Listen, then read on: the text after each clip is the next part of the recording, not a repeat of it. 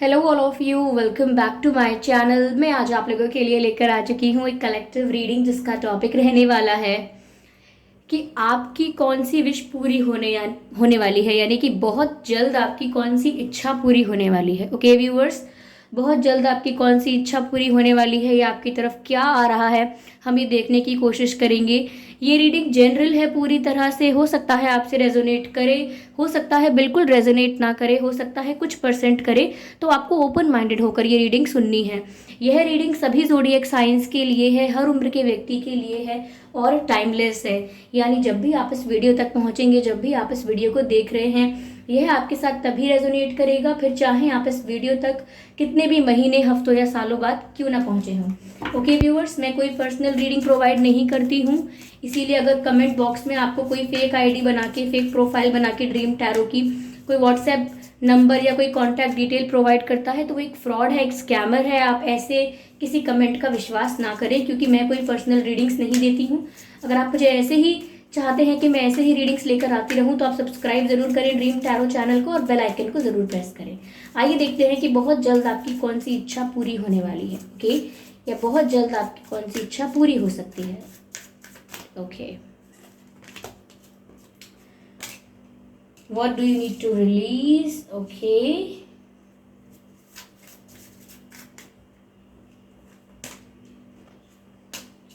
communication is key. Okay,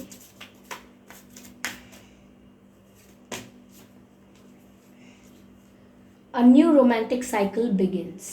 Okay.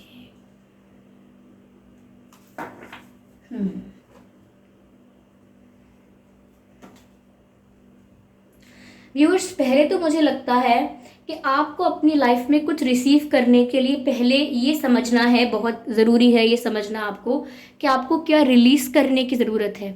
ऐसा क्या है आपकी लाइफ में जो आपको रिलीज़ करने की या अपनी लाइफ से रिमूव करने की, हटाने की ज़रूरत है, वो क्या है। अगर वो पास्ट है जिसको आप आज भी पकड़ कर बैठे हैं, अगर किसी के प्रति मन में कोई शिकायत, कोई कंप्लेन, कोई ग्रजेस हैं जिन्हें आप आज भी लेकर बैठे हैं, ये कोई ऐसी टॉक्सिक हैबिट है, कोई पैटर्न है ऐसा जो आज भी आपकी आदत बन चुका है, तो कहीं ना कहीं डिवाइन आपको ये गाइड कर रहे हैं कि आप पहले इस चीज़ पर फोकस कीजिए कि आपको अपनी लाइफ में क्या रिलीज़ करने की ज़रूरत है। क्योंकि जब आप कुछ रिलीज़ करेंगी, कुछ नेगेटिव अगर आपकी लाइफ में है, कुछ ऐसा जो आपको हमेशा पीछे खींचता है, तो अगर आप उसको रिलीज़ करेंगे अपनी लाइफ से, तो ही आप अपनी लाइफ में कुछ नया रिसीव करने की जगह बना पाएंगे।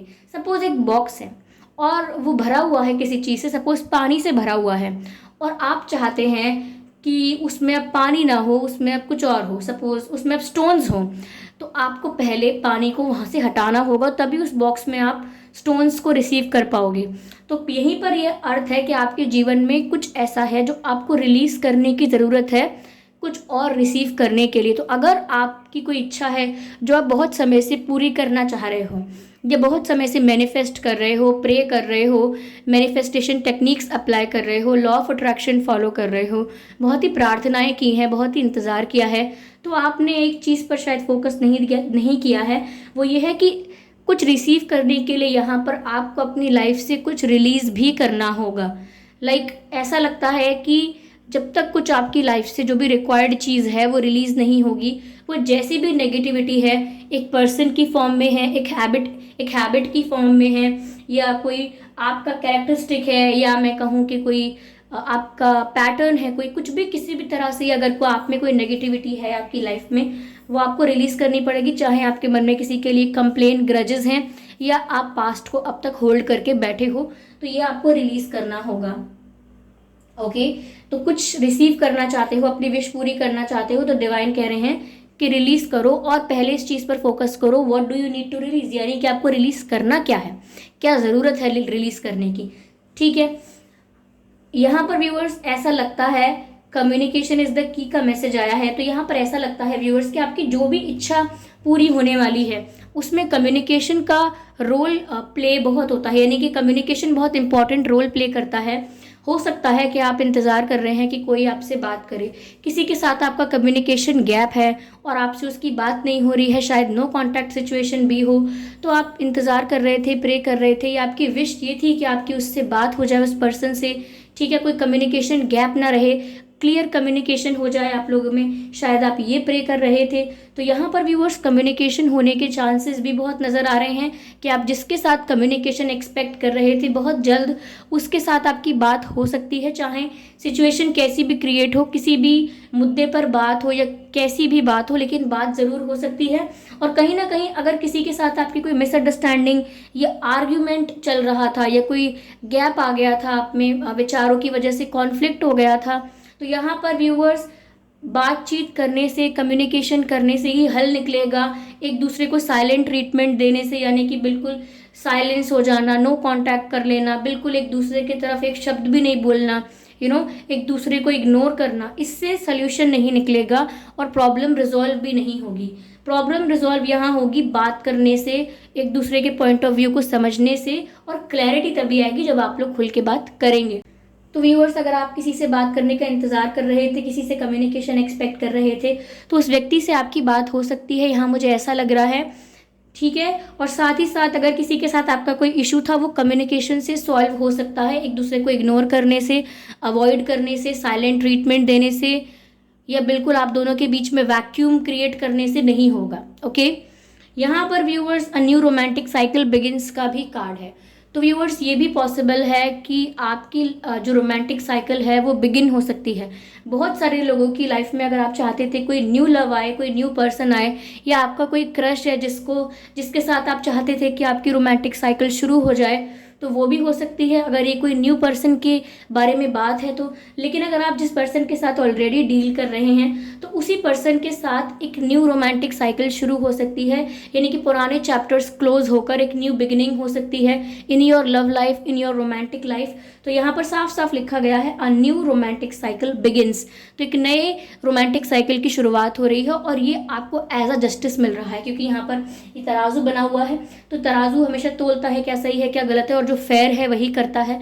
तो यहाँ पर व्यूअर्स, अगर आपके साथ अनफेयर हुआ था या प्यार डिजर्व करते थे या जिस भी तरीके की लव लाइफ डिजर्व करते थे आपको नहीं मिली थी वो, और आप काफ़ी स्ट्रगल कर चुके थे या आप काफ़ी एफर्ट डाल चुके थे या काफ़ी बिट्रेयल मिल चुका था आपको लाइफ में, तो यहाँ पर आपके साथ जस्टिस हो रहा है कि आपके साथ आपकी लाइफ में एक न्यू रोमांटिक साइकिल शुरू हो रही है। ठीक है, एक न्यूनेस है, एक रिफ्रेशनेस है और एक नई रोमांटिक साइकिल आपकी लाइफ में स्टार्ट हो रही है।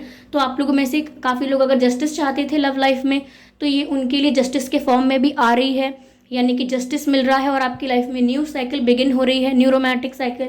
और अगर कोई लोग न्यू लव को अट्रैक्ट कर रहे थे, किसी नए पर्सन को, किसी नए क्रश को अट्रैक्ट कर रहे थे, तो यह मैसेज उनके लिए भी हो सकता है कि आपकी न्यू रोमांटिक साइकिल शुरू हो रही है। Okay, yes.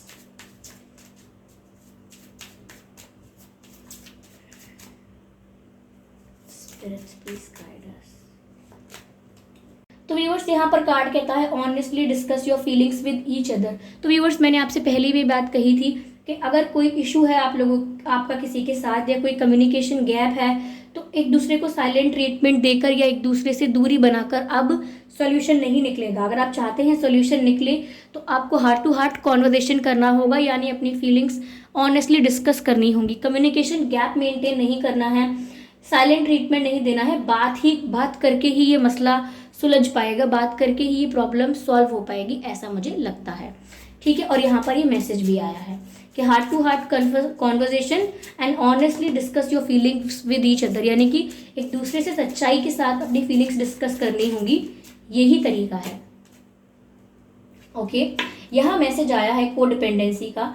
तो व्यूअर्स, कहीं ना कहीं हो सकता है कि कुछ एडिक्शंस हो सकते हैं आपके पर्सन को, ठीक है, या ऐसा हो सकता है कि जिस पर्सन के साथ आप डील कर रहे हैं उनके साथ कोई ऐसे एडिक्टिव पैटर्न्स हो सकते हैं कि उनकी हैबिट ऐसी है या उनका कोई ट्रेट ऐसा है, या तो वो बहुत ज़िद्दी हैं, या ऐसा हो सकता है कि एरोगेंस थोड़ा हो सकता है उनके अंदर। तो कुछ ऐसा पैटर्न हो सकता है उनकी लाइफ में जो आप लोगों के रिलेशनशिप के लिए भी एक हर्डल बन गया है।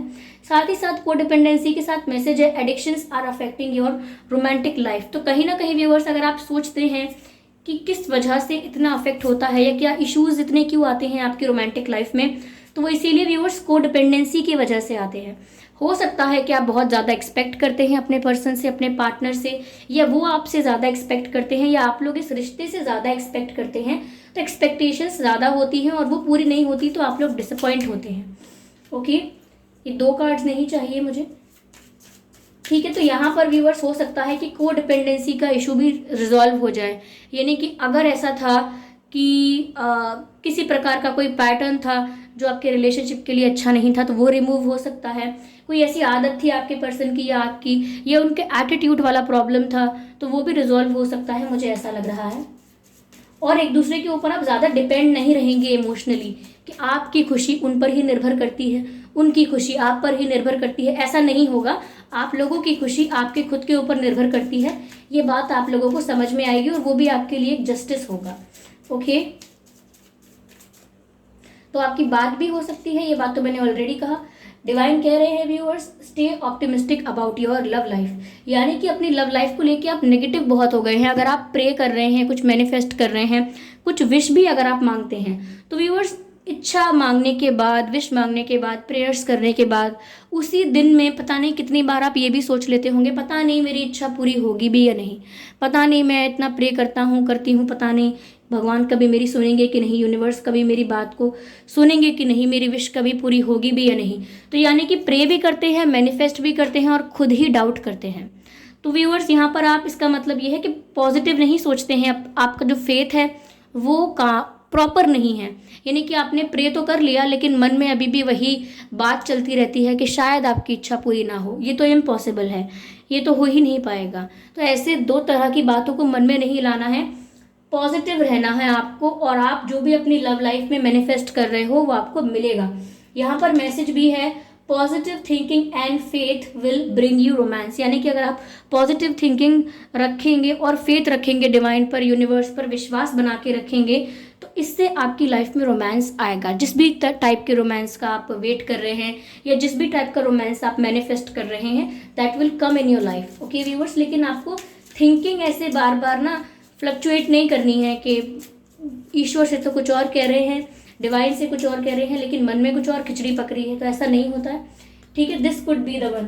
तो व्यूअर्स, आप किसी ऐसे पर्सन के साथ डील कर रहे हैं जो आपके लाइफ पार्टनर हो सकते हैं, क्योंकि यहाँ पर ऐसा लग रहा है व्यूअर्स कि अगर आप डिवाइन से ये प्रे कर रहे थे कि आप इस पर्सन के साथ आपका कुछ फ्यूचर है या नहीं, आपको ये पता लगे, क्या ये पर्सन आपके सोलमेट है या नहीं, आपको ये पता लगे, क्या यही राइट पर्सन है आपके लिए या नहीं है, आपको ये पता लगे। तो व्यूअर्स, यहाँ पर मैसेज आया है, this could be the one. Okay, you have already met the romantic partner you seek, यानी कि जिस भी रोमांटिक पार्टनर की आप तलाश में थे, जिसे भी आप ढूंढ रहे थे, जो आपका जीवन साथी बन सकता है, हो सकता है कि वही पर्सन हो जो आपकी लाइफ में आए हैं या जिनके साथ आप डील कर रहे हो। Okay, yes. तो अगर आपकी ये विश थी कि इस पर्सन के साथ आपका फ्यूचर हो, यही पर्सन आपका लाइफ पार्टनर बने, रोमांटिक पार्टनर बने, तो यही वो पर्सन है। आपकी चॉइस गलत नहीं थी, आपकी चॉइस ठीक थी। तो यहाँ पर आपकी ये विश भी ग्रांट हो रही है कि ये पर्सन आपकी लाइफ में आ रहे हैं और यही आपके रोमांटिक पार्टनर हैं। ठीक है,